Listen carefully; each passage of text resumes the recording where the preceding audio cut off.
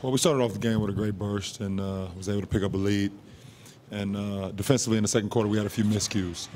A couple mental or communication breakdowns where we allowed them to get, a couple threes, a couple layups in transition from Rondo.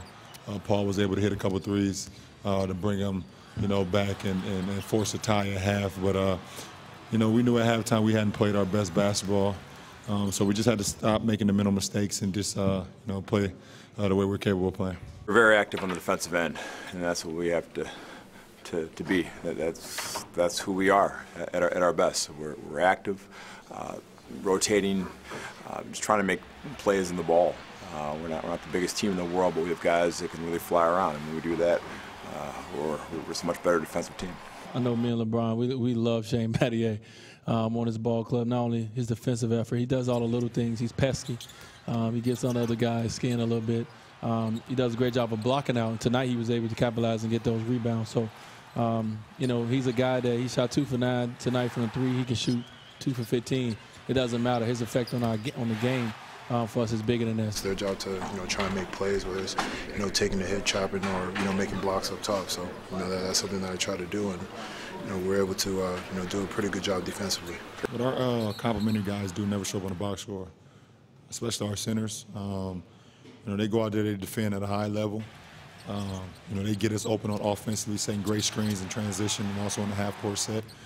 And when we find them, they go up there and try to finish. But everything that we get offensively from our centers is always a bonus, and it puts no pressure on them offensively. We just want them to play hard, rebound, and defend. Was it just as simple as LeBron and Wade being very aggressive? Those guys taking the responsibility to really attack and have that mentality. And it's not necessarily meaning to drive every time. Sometimes it's to set up a teammate. But when they play aggressive, it requires a lot of different triggers. It requires other guys to be running. Sometimes set screens, sometimes, to help with our spacing. Guys was guarding me. I seen early on that they wasn't really letting me come off pick and rolls. They would stand on it until I got off of it. So I was just being patient until my time came where I can pick and choose, when I can attack. So, that's how, that's how I have to be throughout the series, to see the way they play me and see when I can attack.